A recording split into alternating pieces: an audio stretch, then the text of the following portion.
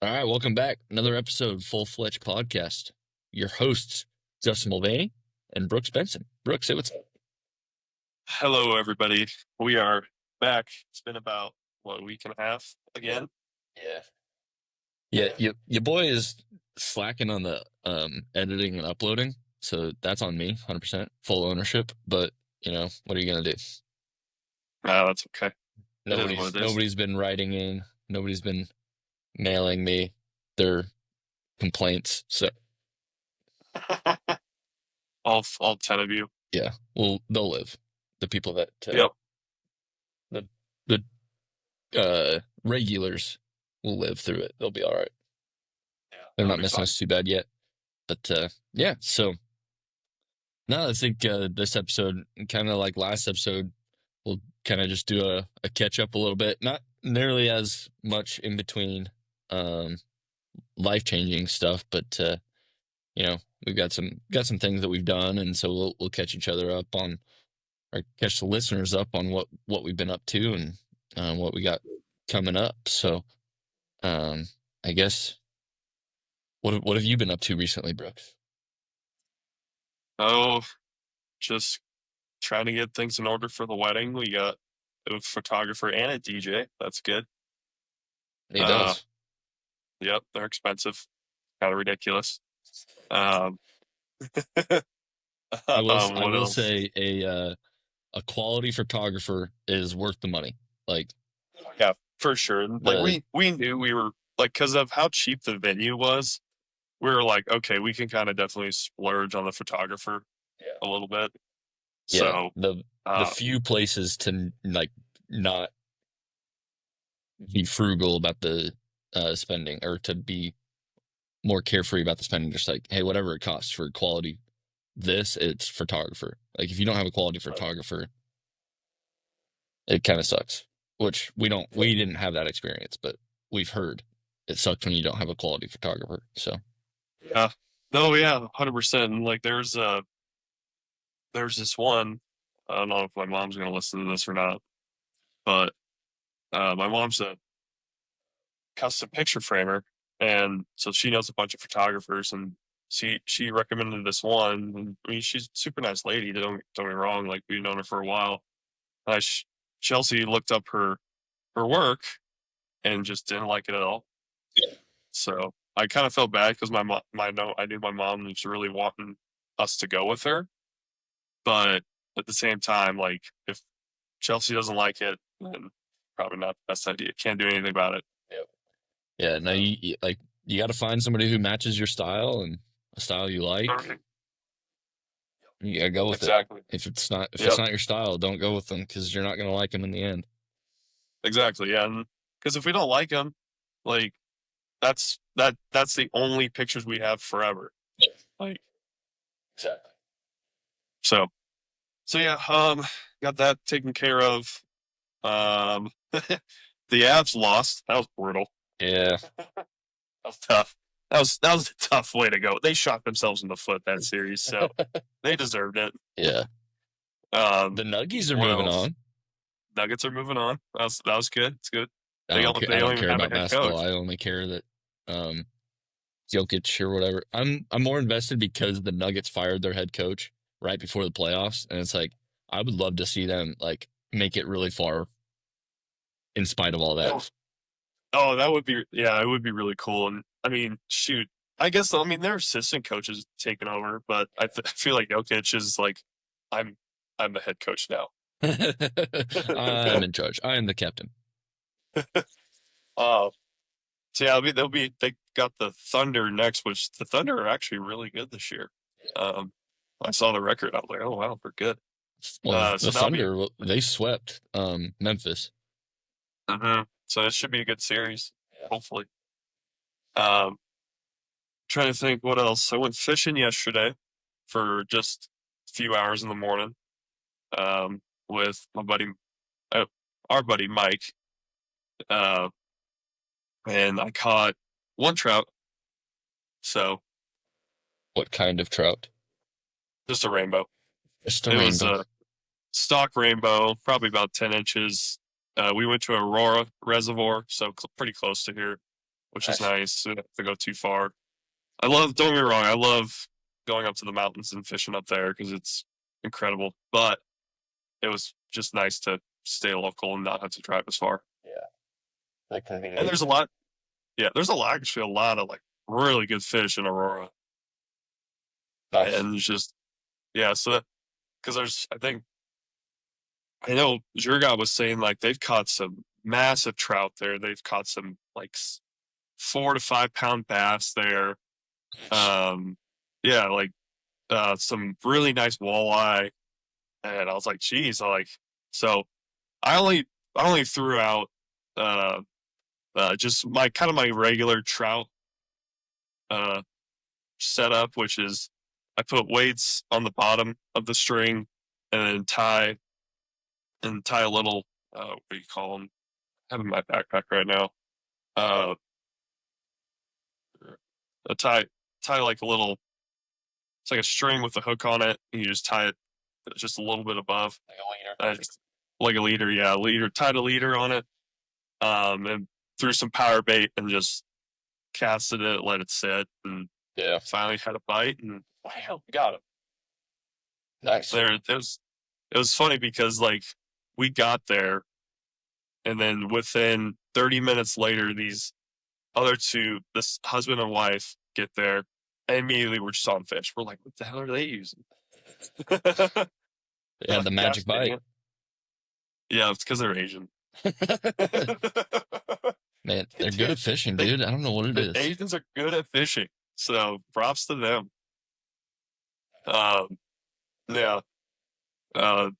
Trying to think what else. That's about. Got new arrows from Justin. They're in the box still. New arrows. So those arrows, and it sounds awful, and it just is what it is. But they came in like a day or two before the truck got smashed by the tree, and it was like, those are going to be put on hold for a little bit. One, like I could have had them made and found a way, and I was just being, I guess, lazy about it. But it was just like, his arrows are just going to sit there until I can figure out how I'm going to get myself around and all that stuff. I could have had Caitlin drive me around or steal her car for a day and get them delivered, but it was like, they're not even built yet. So sorry, a couple weeks later, you'll get your arrows, Brooke. Sorry. It's all good. I still had mine. I was like, I think I'm from losing a couple for that first batch you sent. Well, I guess of that previous batch, not the first, but the previous batch, I've lost a couple. I found one. Yeah. One, believe it or not. It's actually, oh boy, that was kind of close to the other side of the scope. So the way that our 3D course works at the Hounds Ranch range I go to is it's just a bunch of up and down hills and different targets everywhere. And so I always have trouble with this one target. It's a buck that's about 40 yards away and a slight upwards. And for some reason, I always struggle with this one. And it drives me insane because like all the other ones that are like up, like more uphill, I do fine. But for some reason, it's just like a mental thing with this damn buck.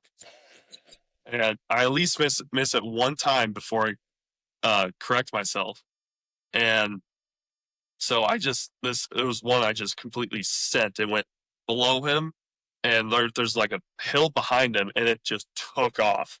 And just, I'm like, because I kept looking at the replay, I was like, that got sent. Yeah. So, me and I think it was, Ted was with me at the time. We were trying to find it, couldn't find it, and I was like, I'm sure eventually it'll pop up. And so,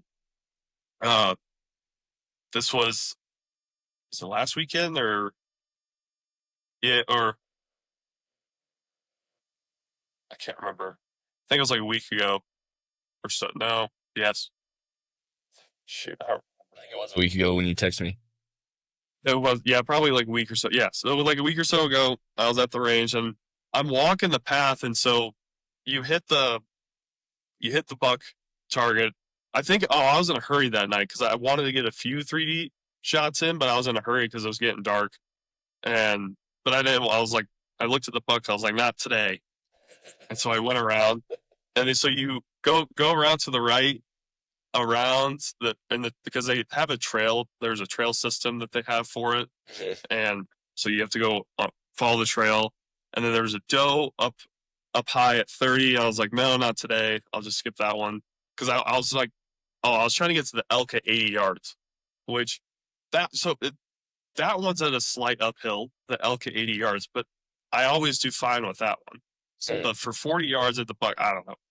Anyways, so I'm walking on the trail, and I look to my left, not even 10 feet to my left is my arrow that I lost. And I was like, there it is. I was so happy, but at the same time, I was like, man, that was actually came really close to the trail. That is not good. I was like, that could have hurt someone. Luckily, it didn't. Yeah. And you know it's yours because, I mean, those are a pretty distinct arrow. Now at this point, granted, you're not going to be the only person who shoots a Black Eagle Rampage, but you might be the only person who, well, now those Rampages, they're the same arrow, but they have a different like graphic design on them, like sticker design. So maybe most people are going to maybe have the new graphics on them, but yours has the 4 Fletch orange veins. And so, yeah, it's, there's no mistaking that those are yours. Yeah, no mistaking at all. Honestly, so with these, like, it's really good. Justin did a really good job on these. And, it's kind of funny because I tried to put, where is it? These, lighted nocks on it. And dude, honestly, I like them without the lighted nocks, if I'm being honest. Like the orange is actually, you can actually see it pretty well. Yeah. Yeah, those are just stock from Black Eagle. I like them too. Yeah, I mean, I like them a lot. Here, let me measure the weight on this real quick with I'm taking I have my scale down here with me. Yeah. Yeah, those stock orange nocks should be 7 grains. Then my guess would be that lighted knock is going to be like anywhere from like 17 to 25. Yeah, it was, I think it was around 20. I think I've seen some knocks as low as like 15, 17 grains. And I've seen them as heavy as like 25. 521.2. That's your total arrow weight? Yep. Which honestly is perfect. Yeah. So, well, the thing is like, I'm trying to figure out what lighted nocks I want. Like, there's these Amazon ones that honestly are pretty crappy. Like, they're the first Amazon ones that are actually crap that I've gotten. So I was kind of disappointed in that. So that's why I switched back. And then I bought some Illuminox at Cabela's. I don't know. I do not like the way I can't figure out Illuminox yet.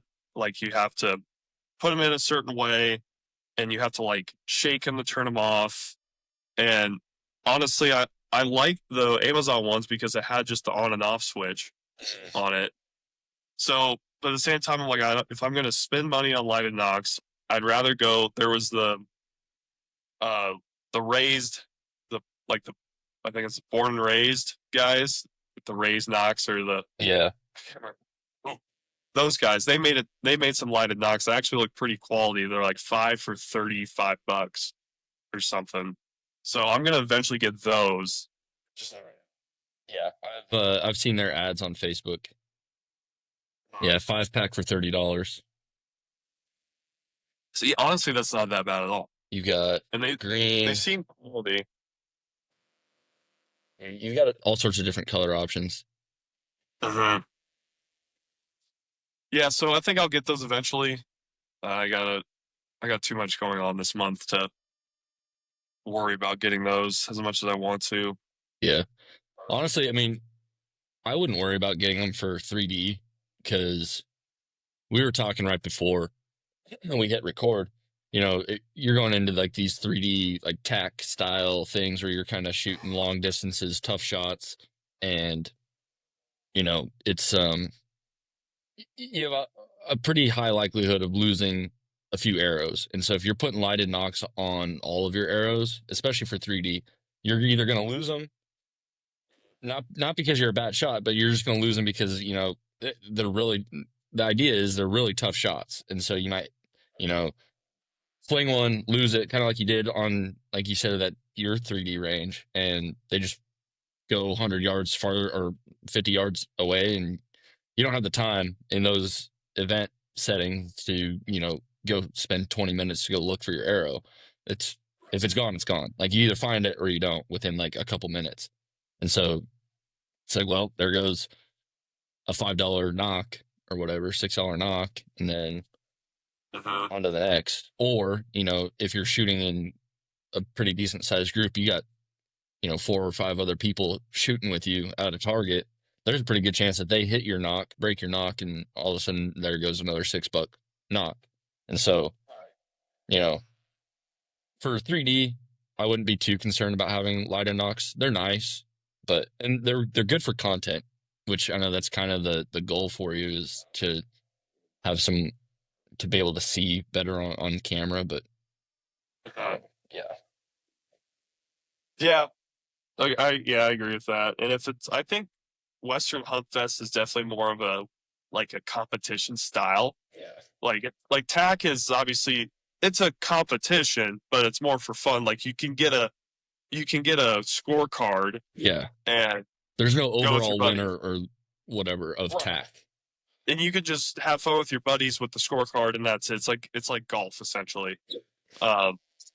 Which is fine. Like, there's nothing wrong with that. I really like that concept.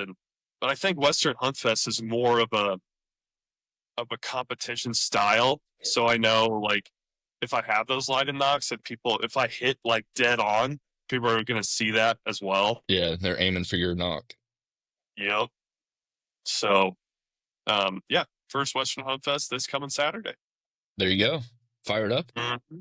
Well, not my first, but competing for the first time. Yeah. And first of the year. Yep.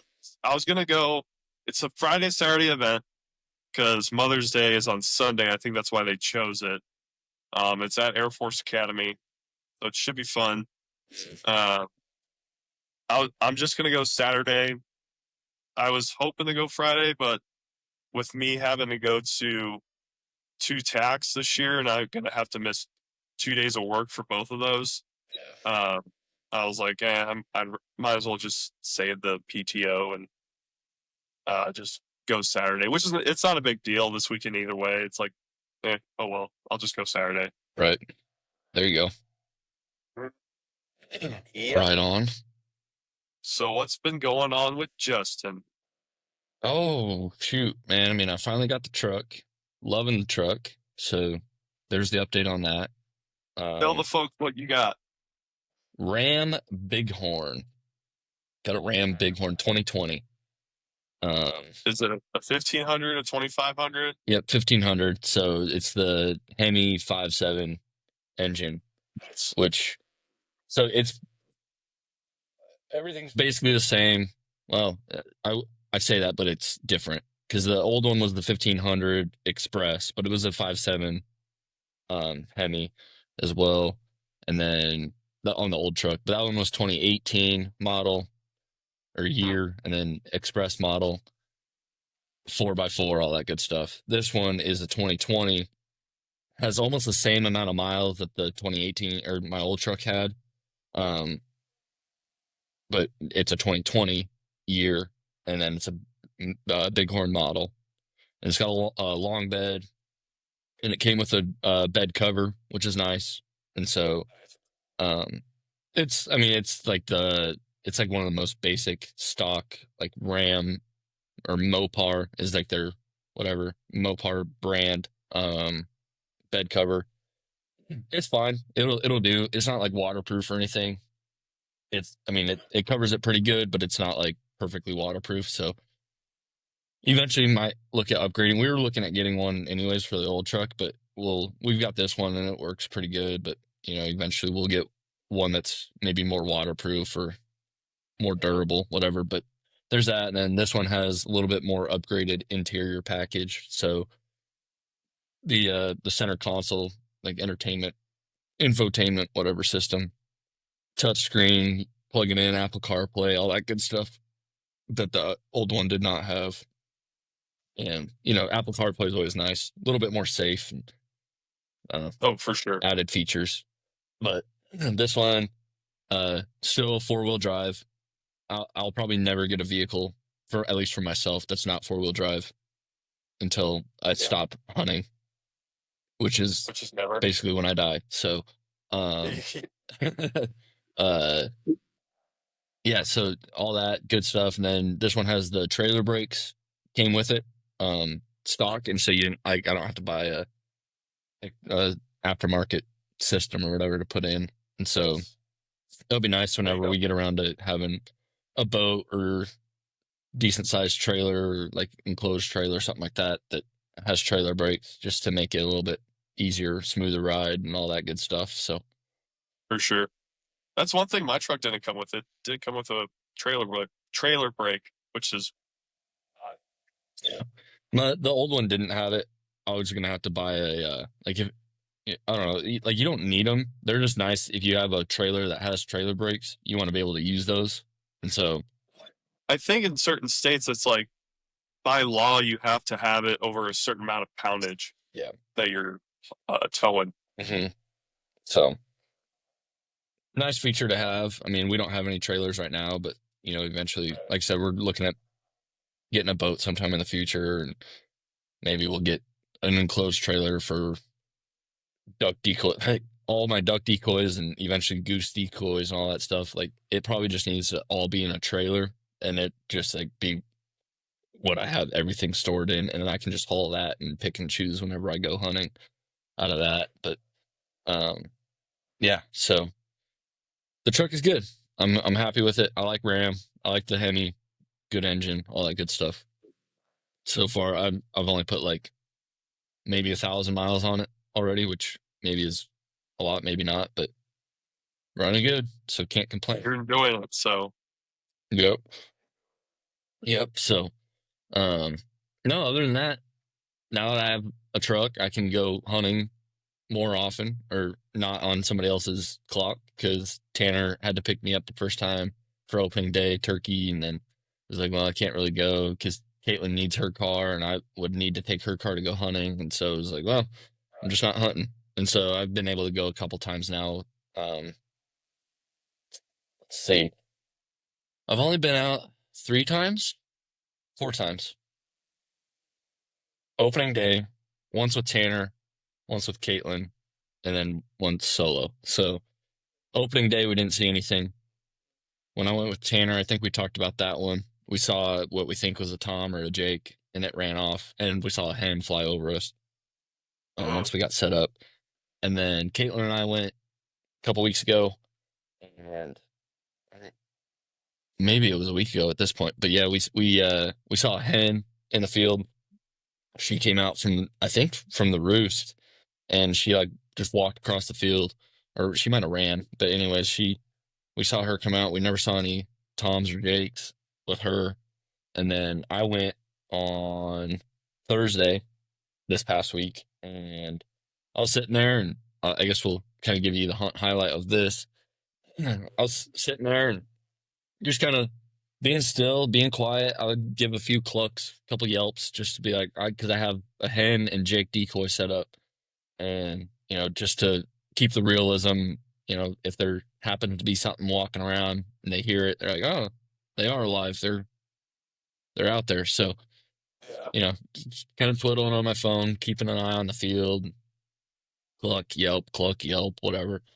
And then finally, I look up, and sure enough, there's a hen like 100 yards away from me, straight across, like diagonal from the field, but straight across from the way I was sitting. And I was like, oh, there she is. And then she starts kind of walking right towards the decoys and then kind of angles off, and I can hear her. She's just clucking. I'm like, all right, she's in. And I could hear her. I couldn't quite see her because I was kind of tucked away. I wasn't like totally tucked away because I didn't sit in a blind, which I kind of wish I would have at this point, or looking back on it. But I was just like, I just want to get out in the field and sit there and maybe something will happen. Yeah. Well, this hen ends up getting not even 20 yards from me. She comes not on a string, but she came into the decoys, and I was like, man, this might be the only thing I see. So I was trying to get some videos of her and like, oh, this is cool. Well, I stopped the video and kind of moved myself to get a better angle on her. She couldn't see me. Well, as I'm doing that, I'm an idiot. I should know better. But out of the corner of my eye, I see just like a quick little flash, some movement. I'm like, what was that? And I look over. There's two. I'm pretty sure they were Toms, but they could have been Jakes. They were definitely male because they had the red face going on, and they were like walking kind of on a trot, and then they stopped for a second, and then they just took off, bolted into the woods. And I was like, oh, they had to have seen me move because I was moving just a little bit, trying to get like a better angle with my camera on this hen because I was clucking at her, and like her and I were talking back and forth. She was good with it. They must have seen me move, and they were out of there. And I was like, well, I think I just blew my chance at seeing a bird the rest of the day. So yeah, they were probably 100 yards. They didn't come out the same spot that the hen came out, but they were like 50 yards separated or down from where the hen came out. So I think they roost on the side that I was sitting on, and they go and just hang out on the field that, or on the side of the field that I saw them come out of. And they were coming, I think they were on their way back to roost when they came out. And so I'm going to go tonight, I think, or this evening, and hopefully get a chance at them. I'm going to try to set up where the hen went after she left me. I'm going to try to go to where she was going, and then I'm going to hope that those Toms come along that same line. I'll take a Tom or a Jake at this point. I'm still trying to go with my bow, so any chance I get at something with a beard. Sorry, just not a bearded hen, because that's not legal. But it is legal some years. This year it's not for us, and some places. But anyways, yeah. So that's been my turkey hunting adventures. Had not close encounters, but we've had encounters. So it'll be fun. Hopefully get out there and they're doing what they've been doing, and we've had so much rain again lately. Caitlin's got a news update or something like that. April was the 4th wettest April in Nashville in its history. Wow.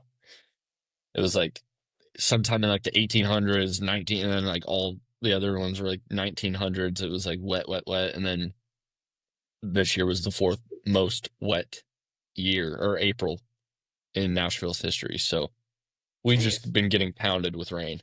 It's been nuts. So I don't know if that's doing anything to the birds or not. I'm not like very well versed in the turkey sphere, but I think it's got to be doing something. I haven't been out a ton, but it's making it difficult to get out as often because you're like, well, I don't want to go get set up in the rain and all that stuff. So it's like, I'm just not even going to go. Right. But yeah, don't blame you. Like I said, I'm going to go today. Caitlin might go with me, but we'll go out, give it a shot today. But yeah, that's pretty much it that I've been up to. So Caitlin's birthday was at the end of April. Mine was right last week. And so we got each other, I guess we went in together and got ourselves paddleboards, stand-up paddleboards. And so we've been getting those rigged up. We're going to be fishing off of those. We're setting them up to be like fishing paddleboards. So inflatable paddleboards, so we can kind of come and go as we please. A little bit more easy to transport them. And we got a electric pump that hooks up to the truck or to the car, whatever we decide to take, and manual or fill those up electrically because we electronically. Anyways, we did a practice run in the living room just to set everything up, and it only took like 8 minutes to pump it by hand, but that is a freaking workout to pump up a inflatable paddleboard. And so then we'd have to do that twice, and it's like, we had already bought the electric pump, but it was like, yeah, we're not going to be manually pumping unless we absolutely have to. So we got that set up, and then we bought. I guess we'll kind of break down the whole setup that we got. We got these dry boxes from Academy. They're Magellan brand dry boxes that you can use them as a cooler, a live well, or just keep your gear in a dry spot because they're sealed. And it's also got this hole on the side that you take a plug out, and you can turn it into like a live well, a live bait box. And so buy yourself an aerator, and if you go and buy minnows, leeches, whatever, you can keep them aerated and alive in a box. So anyways, we got those. They've got 2 rod holders on them, and so we each got one of those for our own boards. And Nice. Yeah, they're 12 foot long, 35-inch wide boards, and then so they're going to be really stable. They're pretty. Those are like not the biggest that you can get, but they're much bigger than like your standard play around paddleboard. So Right. I think they've got like a 450-pound weight limit, and they're super wide, super stable. They're supposed to be. We haven't been out on the water yet, but what else? We had a couple old milk crates. We've been looking up on YouTube like what people do to set up their paddleboards for fishing, and a lot of people have either those Magellan brand or a different type of brand, those dry boxes. And so those, and they've been having milk crates just to have, you get a dry bag and you put that in there and like in a milk crate and strap it down. And so there were a few milk crates sitting behind a dumpster at work, and I was like, well, I don't think anybody's been using those in a while. One of them was like full of leaves. I was like, yeah, that's not being used. So I took those from work, a couple of those, and so we'll have those for some storage. And then they came with a kayak seat. So, if we're going to be paddling around, standing up, you can sit down, do everything you want. The only thing we haven't really gotten yet that we're probably going to eventually get is like small anchors.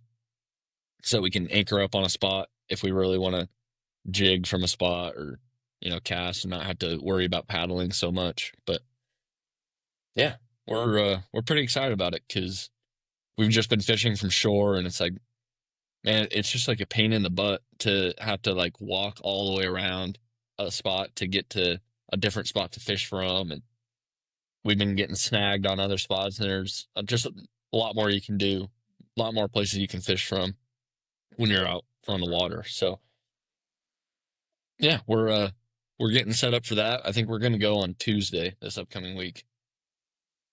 She's taking another work trip next weekend, so she won't be in town for that. So it's like we got to get out on the water together, so that if I want to go on my own, I'm not breaking it in, doing it on my own for the first time. We got to go together, of course. So yeah, dude. Yeah, we're fired up for that. It'll be kind of the summer plan is to get out on those as much as we can, especially the sun sets so late, like 8:30, whatever. And so we get off work and make a quick supper or whatever and just go take the paddleboard somewhere and go fish for an evening. And so we'll be doing that a bunch, I think, this summer. Sweet. That'll be fun. Yeah. Super fired up. Went to Bass Pro yesterday to get a couple. Instead of getting like big life jackets or anything like that, we got these inflatable belts. So you're supposed to have some sort of personal flotation device, but we got these inflatable belts, and they didn't come with like the CO2 canisters. And so we went to Bass Pro to get those. But so yeah, super discreet. They're not automatic, so like if you fall in, there's some that are automatic, and like as soon as they hit water, they'll deploy. And so it's like these ones are manual, and so you really only use it like in an emergency. And so it'll be nice just to have a little bit more discreet, low profile. You can wear it the whole time. You don't have to worry about like, oh, it's on the board and I fell off and I really wish I didn't have it strapped to the board. So Right. it'll be there. And then, of course, when we're at Bass Pro, start walking around, it's like, oh, those lures are on clearance. Oh, I want these lures. I want that color. And like projected like $50-$60 trip quickly turned into like $150 trip. Usually does. Yeah. So we got Caitlin a headlamp because when she went with me turkey hunting last week, we went out in the dark. She couldn't see. I had my headlamp on. I was like, you just walk right behind me. It's fine. She's like, well, I still can't see. It's like, okay, let's get you a headlamp. So she got a headlamp and we got some lures. And so we're rip roaring ready to go. And it'll be good, if we find ourselves out on the paddle boards a little bit later than we originally planned. It'll be nice. We each have our headlamps so we can see and, navigate safely. Maybe make sure boats avoid us. Yeah. Are you mostly fishing bass out there or what?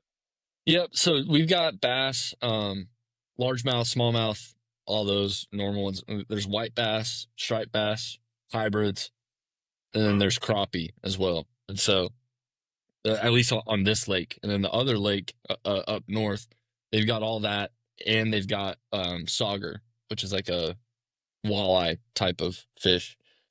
And so, yeah, I'm definitely gonna be trying more for crappie and striped bass, which we haven't been very successful from shore for those.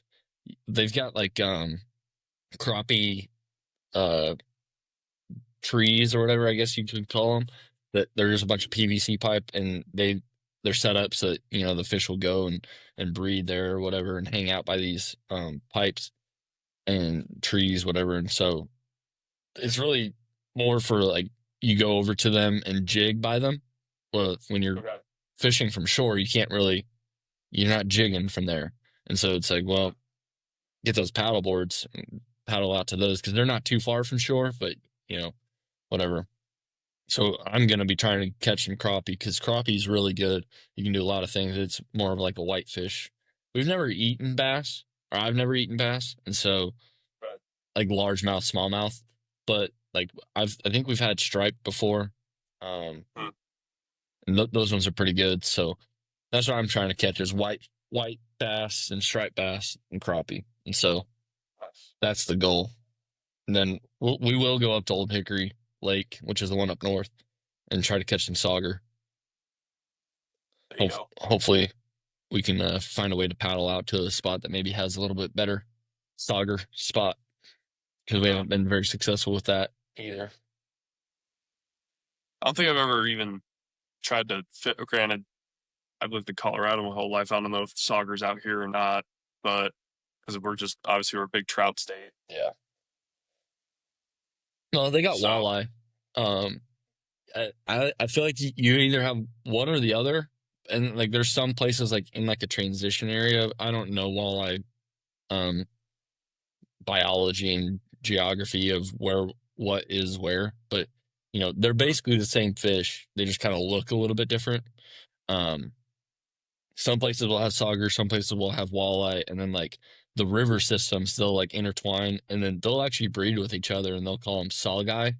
So they're a hybrid of each other, and so, but yeah, most places it's one or the other.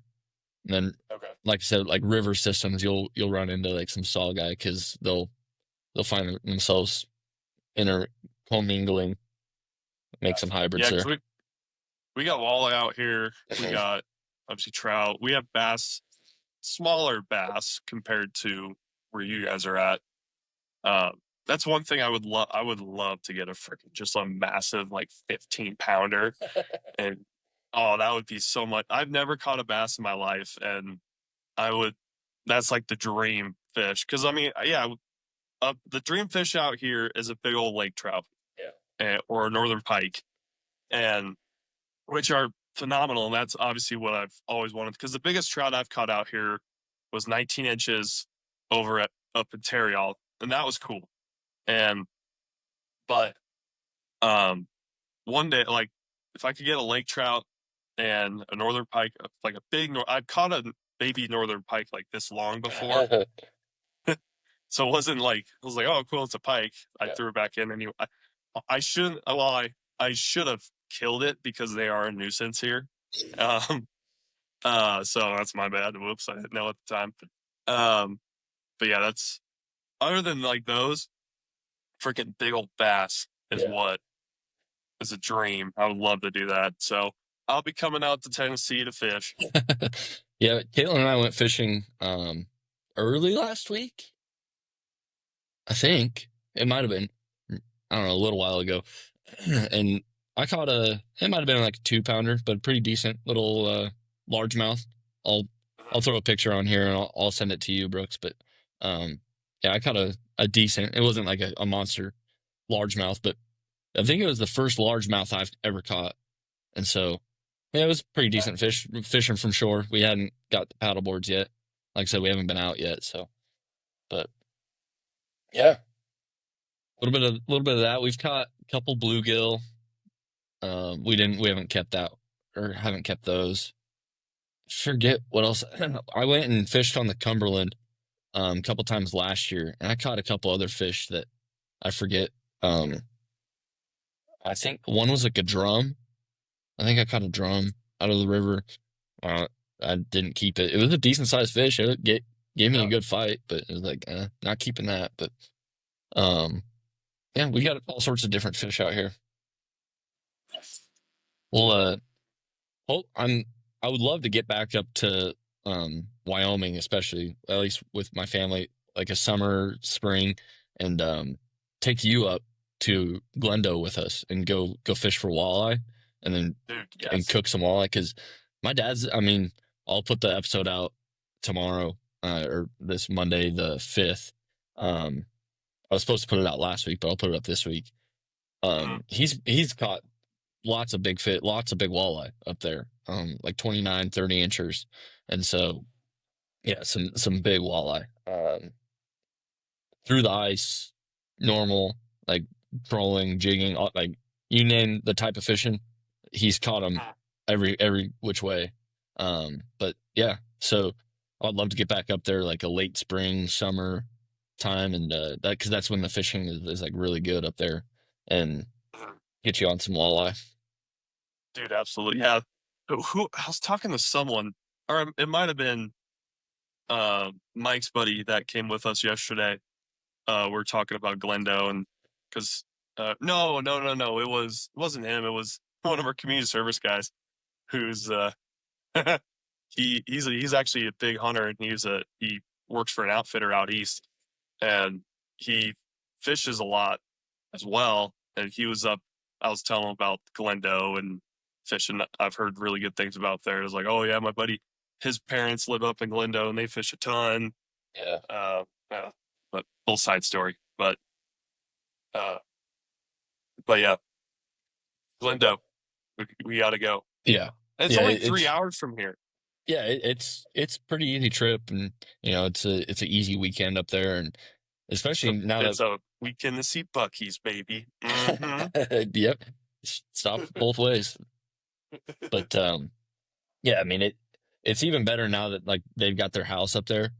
I mean, growing up, we talked about it in the podcast. Obviously, you haven't listened to it yet, but because it's not out. But growing up, we would go, Friday after school and stop or get set up Friday night, get camping, get our whole camping set up. We had a camper my whole childhood basically, and then set it up Friday night, fish all of Saturday, hang out, party, whatever, or play out on the water, and then Sunday, fish the morning, pack everything up, and like you said, it's only 3 hours, so with a camper, it might be closer to 3.5, 4 fuel mileage, all that. But uh, you know, fish all day Saturday, Sunday, come back Sunday evening, be back home, and you have a fun weekend up in Wyoming, and then do that once a month, something like that. But that was always fun. But then now that they have the house, it's like, man, you can go, and it's like no problem. You can stay. You can get there as early or late as you want Friday, and you don't have to leave until, like, my sister, she goes up there. Like, you don't have to leave until like 6 o'clock if you want to. And it's like, Sweet. there's like, you don't have to worry about packing everything up. And we had a trailer situation up in the marina. They have like old trailer park up in there. We had that for a handful of years, and then it was like, well, they settled on Glendo. It was like they were kind of picking and choosing where they wanted to go, and it was like, we have everything we want in Glendo, so let's choose Glendo. And so then they There you go. bought some property and built a house out there, and so yeah, it's really nice to be able to visit. And so that's where we're gonna take you, Brooks. Catch you some I'm walleye. down. I'm down, and I love Wyoming. So Yep. We were talking. So Tanner and his girlfriend Emily took Caitlin and I out. Well, we met out last night for it was birthday drinks, but it was also to watch the Kentucky Derby and all that good stuff. And we were getting to talking about all sorts of things, hunting and fishing. It's like, man, we want to start like taking trips, and like Brooks is about to go on this whole, like, his whole world is about to change. He's about to do all sorts of hunting and fishing and trips and stuff like that. So like we need to get him set up on all these trips. We need to get him out here. And it's like, man, like now it's starting to give me the bug of like I want to go take Brooks places. I want to go places and like explore all these places to hunt and different styles. And I was talking to one of my former players. He lives in Louisiana, or he's in Louisiana still, and they were hunting hogs last night. And I was like, man, I want to get down there. I want to get back because I never did get to hunt hogs while I was down there. And so it's like, man, I want to go hunt hogs there. I want to go to Texas and hunt hogs and Nilgai and all sorts of stuff. I got a hog contact now. Yeah, that's what you're saying. Yeah, buddy. Mm-hmm. I was looking at it was this whatever that, I can't remember the outfitter their name, but obviously I think most hog hunts you have to have a outfitter down there. Oh my gosh, dude, these things are huge. Oh my lord! Yeah. And I think it's like I think it's like a 4-day. It's like 3 or 4 days for like 700 per person, maybe, which is not too bad. Well, usually those are like, that's not just for the hunt. Like they'll suit you up with everything, like the guns, the ammo. They'll feed you like 3 square meals, and they're like big meals, and like a chef and big cabin. Like you're living the high life for $700 for a weekend. And honestly, that's $700 for all that. That's really not that bad. Yeah, all you gotta do is, well, once you pay that 700, all you gotta do is get yourself there. And if you can get there, you're living the high life for a weekend. Well, this one, they're where are they? They're just, I want to say they're in between. Oh no, sorry, they're just south of Wichita Falls, so it's only 11 hours from here. Okay. That's not far. Yeah, that'd be compared. decent. It's not Decent like little drive. we're going down to, not like decent drive. It's not like we're going all the way down to like San Antonio or Austin. Yeah, deep South Texas. No. Yeah. So yeah, dude. Yeah, I'm. The more we talk about it, the more I'm just getting the freaking itch to do everything. Gosh. I feel like a couple months ago we were talking. It was like, oh, like what's your dream hunt? It's like, I don't really have one. I don't have I don't really care to do this or that or other thing. But it's like already, just the more we talked about hunting and all these different things and places that we've seen and heard of, it's like, man, it would be pretty sweet to go do some of these other things. So, but shoot, man, freaking need a camper or something. Yep. Haul your ass around the country. Yeah, for real. Like I did once. That was fun. Good times. I should have never got rid of the camper. Well, I should have never got rid of the pull behind camper. I never should have gotten that truck camper. It was cool. I felt like it was a better option at the time, but yeah, I should have never got rid of it. Yeah. Live and learn. That's right. Yeah, it is what it is. You'll get something better at the end of it. Oh, I want one. Have you heard of Trail Manor? I don't think so. They're collapsible hard side pop-up campers. Look at they're huge. Man, They're Manor. I think so.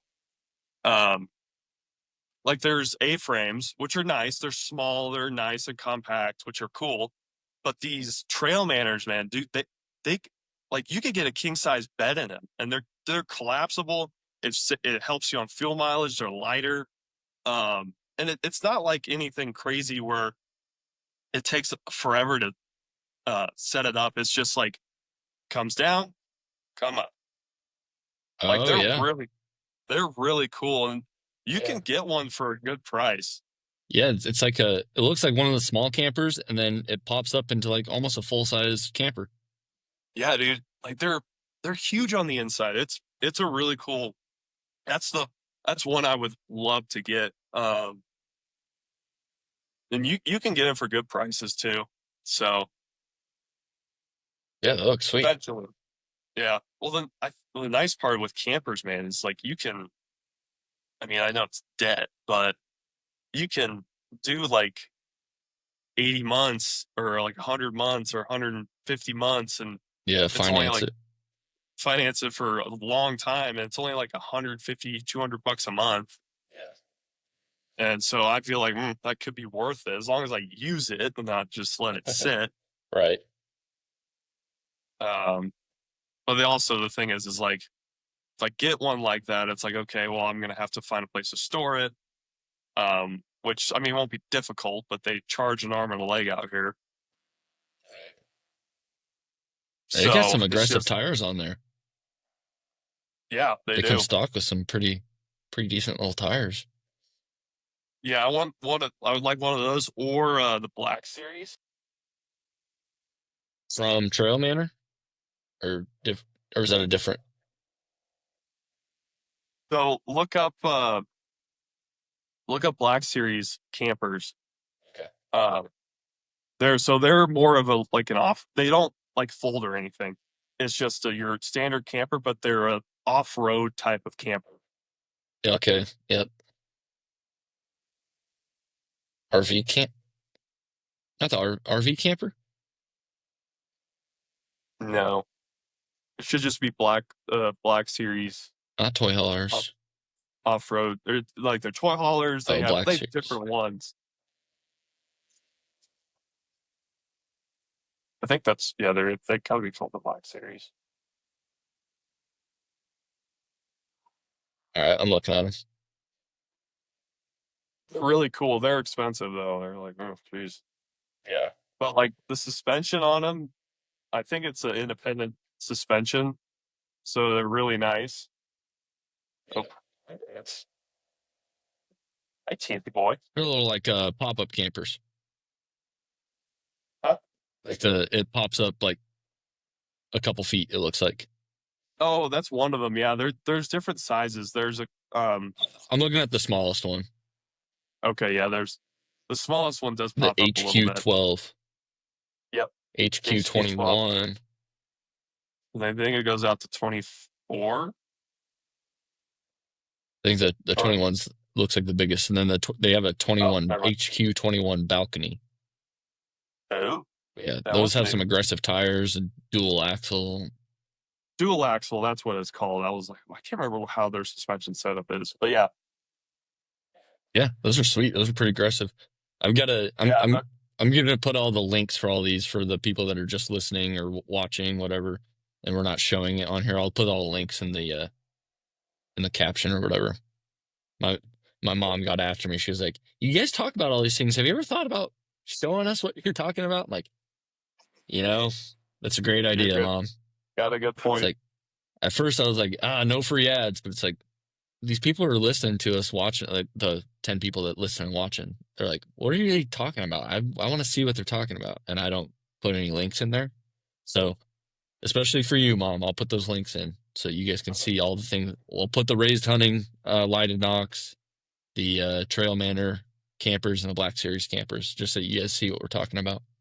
We're no way affiliated with these guys. We just like them. Now, if they want to be affiliated with us, hey, Fine. Especially campers, so we can get a camper or two. yeah, we'll throw a few. I won't say. We'll throw a few ads in there. Hey, man, you want say a no. 5% discount on this camper? Use code Fletch. Check what? Shoot, man, that's actually 5% on the campers. Depending on what you get, is a decent amount. Yeah, I doubt many people would do that, but anyways. So yeah, they probably don't have an affiliate program or anything. Like, I'm sure. Take $100 off. It's not even 5%. We would have to live in it, pretty much. Man. I'm not against that, but yeah. Your wife, well, fiance would be against that. No, yeah, for sure. For those that size, Caitlin and I were talking about, when we're looking at like buying a piece of land and saving, like while we save money to like actually build a house, buying a camper and then like building like a shop around that, so we can like live in the camper and have the shop and whatever. And it's like, yeah, are you sure you think you'd be able to do that? Because we got a lot of shit at the house that it ain't fitting in the camper, and it's a lot tighter quarters. Like, talk about a bathroom, a bedroom, and a kitchen, like small apartment, basically. Literally. Yeah, you can do that for like maybe a year, as long as you get a shop built around it pretty quick. Yeah, because I mean, there's a lot of people out there that'll buy the land, then have their camper and just live off the camper until they build their house. Yeah. Which honestly, it's a great idea. That way, you're already on your land. You already have your camper. Yeah, and by the time you're done building, you have a camper that whenever you want to go on a weekend trip. Exactly. So yeah. Well, man. We've been flirting the idea of like propositioning all of our friends, like get Brooks, get Tanner, our buddy Bryant, like let's get like everybody go in on like this 100-acre, 200-acre property, and we can all build a house on it, and like we all be in different corners, and like we can all get together every couple of nights, have like a big like family dinner. Obviously, we're not all blood related, but like a modern day compound, and just like get everybody in on it, and then split the cost of the land, and then everybody pays for their own house. And that'd be sweet. Just saying, it would be pretty sweet, because then we could have like in the middle of everybody just big old hunting property, like big farm that we can all just like grow whatever, like giant garden, grow whatever food we want, live off the land.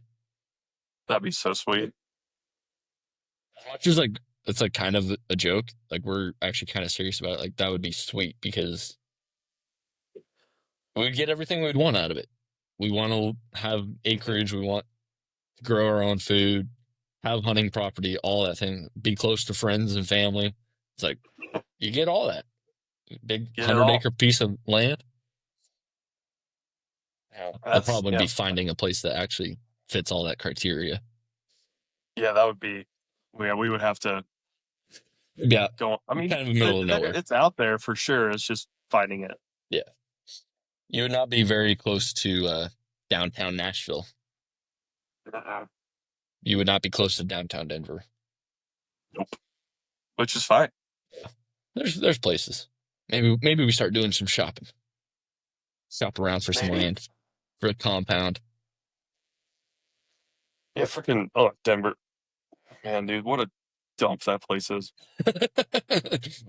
Well, don't even get me started, he says.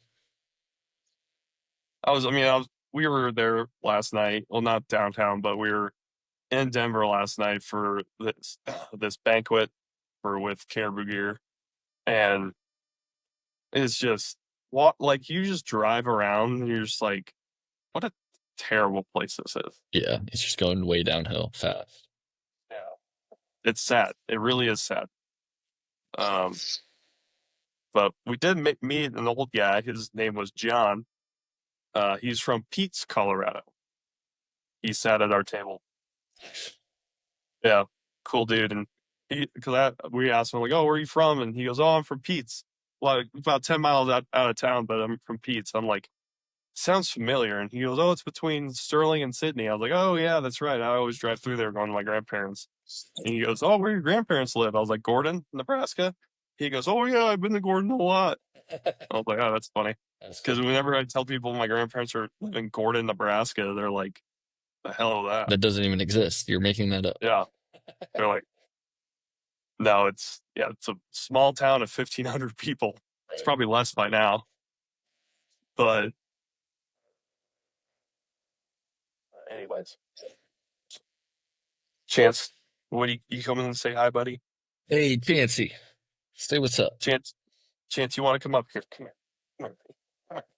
Hey, come on up. Come on up. Come say hi. He's like, I don't want to. I'm scared. Camera shot.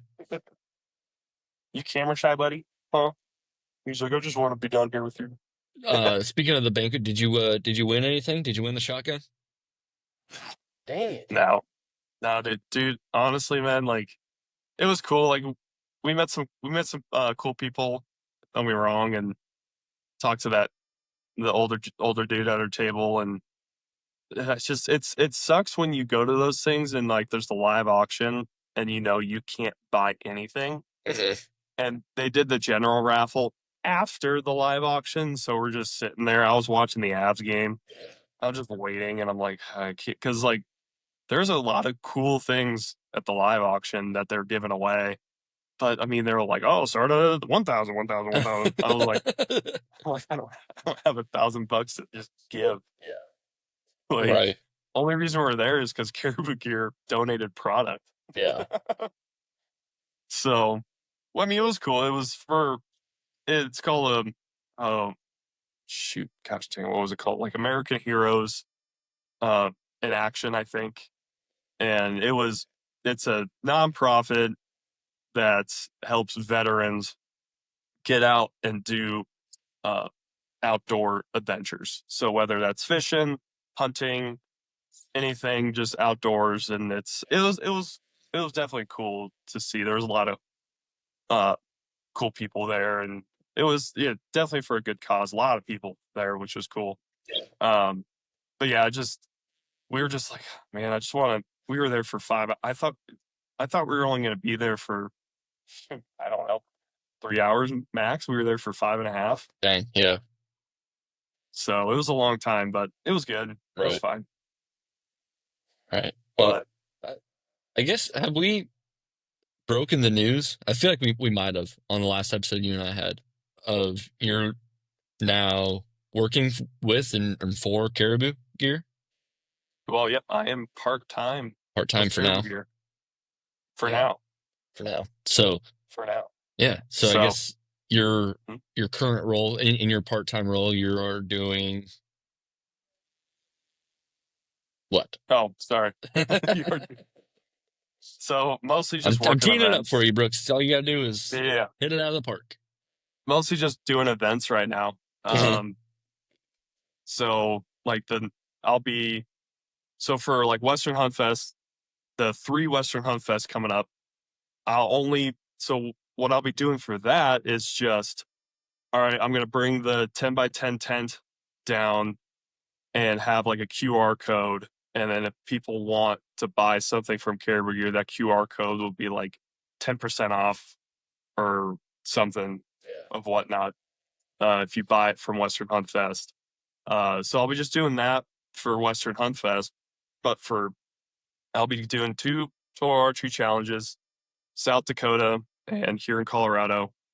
South Dakota's in June, Colorado's in July, about a month apart or so, maybe a little less. But it'll be fun because the South Dakota tack is at Terry Peak in Lee Deadwood area. For those of you who don't know, That's the northern Black Hills of South Dakota, which is the western portion of South Dakota. If you've never been, you should go.